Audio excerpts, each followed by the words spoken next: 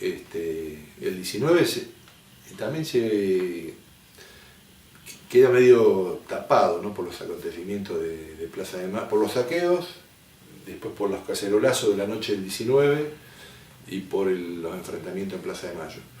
Pero el 19 empezó a la mañana con una movilización de estatales en La Plata, donde fueron docentes, trabajadores del astillero Río Santiago, médicos de los hospitales, enfermeros, auxiliares de las escuelas, con una movilización a la legislatura porque iban a votar una ley ómnibus donde nos sacaban un montón de derechos. Pero de hecho ahí retrocede el gobierno provincial frente a una movilización que no era tan grande, pero nucleaba una parte importante del activismo y de sectores de base. Después a la noche, a la tarde empiezan ya venían habiendo saqueos en algunos lugares, se intensifican los saqueos, y a la noche cuando de la Rúa decreta el estado de sitio, empieza el cacerolazo ese enorme en Plaza de Mayo. Y me parece que eso fue, digamos, el gran déficit, que no hubo tiempo de maduración de organismos.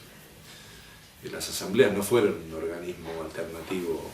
Para mí, por ejemplo, el menemismo arrasó también, no solo con los trabajadores, porque se creó una masa de desocupados muy grande, hubo millones de desocupados bajo el menemismo, sino también toda la organización sindical opositora que había en muchos lugares. Eso fue arrasado. Entonces, cuando se da el 2001, claro, se da en un momento de debilidad de todo el sector opositor sindical. Había habido, como plantea él, sublevación en Cutralcó, en Tartagal, pero en esos lugares se dio más por el lado de las organizaciones de desocupados, de trabajadores que habían sido despedidos. Pero en el sector sindical empezó de muy atrás. Entonces, ese periodo de los 90 es un fortalecimiento del aparato de la burocracia. Es un debilitamiento de los trabajadores, de los activistas, de los sectores sindicales de izquierda, y un fortalecimiento del aparato de la burocracia. Entonces, cuando se da el 2001, se da en ese proceso, que veníamos de muy atrás. Pero sí hay una rebelión. Yo creo que el 2001 en las escuelas fue una rebelión muy desde abajo. Vos veías compañeras de 50 y pico de años, 60 años, que se iban a marchas todos los días y que por ahí nunca habían participado en una movilización. Fue muy masivo, donde irrumpe la gente común, la que no está por ahí, ni es del aparato de la burocracia, ni es del activismo militante. Esa fue la irrupción del 2001.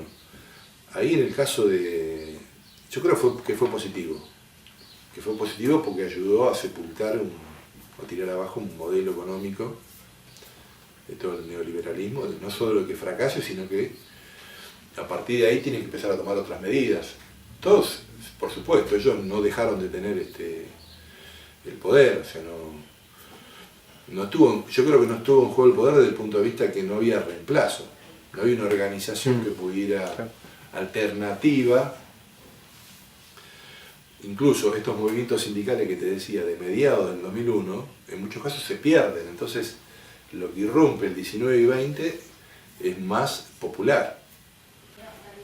Bueno, yo creo que en un sentido el kirchnerismo actual es también un resultado del 2001. O sea, ¿en qué sentido? Kirchner era gobernador de una provincia con muy escasa población, con muy poco peso nacional, dentro del aparato del justicialismo, y una provincia que gravita poco a nivel nacional. Y además era una corriente que apoyó al menemismo.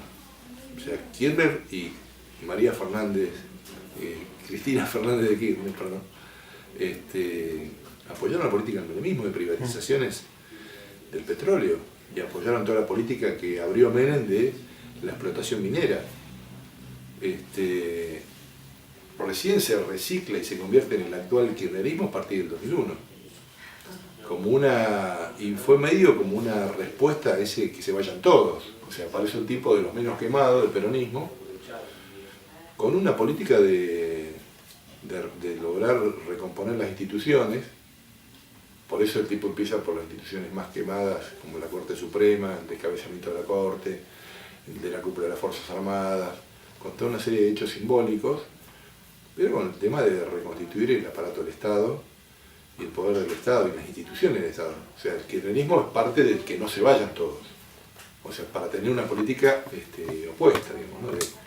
de preservar el aparato de los partidos políticos patronales, como el peronismo, el radicalismo,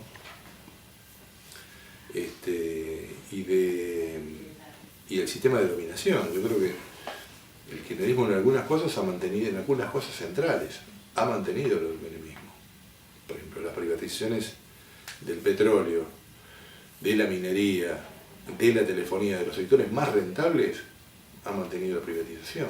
Pero no hay un proceso de gran industrialización. Eso es una mentira, está demostrado por muchos estudiosos, muchos economistas. Ahora, yo creo que los cambios que hubo en la última década, sí, me parece que sí han fortalecido la posibilidad de que la clase obrera y la clase trabajadora se recomponga, al haber más empleo formal, nuevos trabajadores, hay muchos trabajadores jóvenes, no gracias al kirchnerismo, sino que gracias al ciclo económico que empezó en el 2002, con la devaluación y con el cambio de modelo. Esa creación de empleo favorece la reconstitución de la clase trabajadora y la posibilidad de nuevas organizaciones, que no es un proceso rápido, es un proceso lento. Yo creo que Argentina, por más que el gobierno lo diga, no está ajena a eso. O sea, Argentina es muy dependiente de la economía mundial, no es una economía cerrada. Y depende mucho de las exportaciones, fundamentalmente del agro. O sea, Argentina está dependiendo de las exportaciones del agro, fundamentalmente de soja y de las exportaciones de la industria automotriz. Entonces depende de las compras fundamentalmente de China, India, de soja, y de las compras de Brasil, de la parte automotriz. Entonces, es probable que esté afectada. No sé si va a ir a una crisis. O sea, tiene relativa independencia, pero tiene cierta fortaleza, bajó el endeudamiento, pero depende de lo que pasa en el mundo. Sí.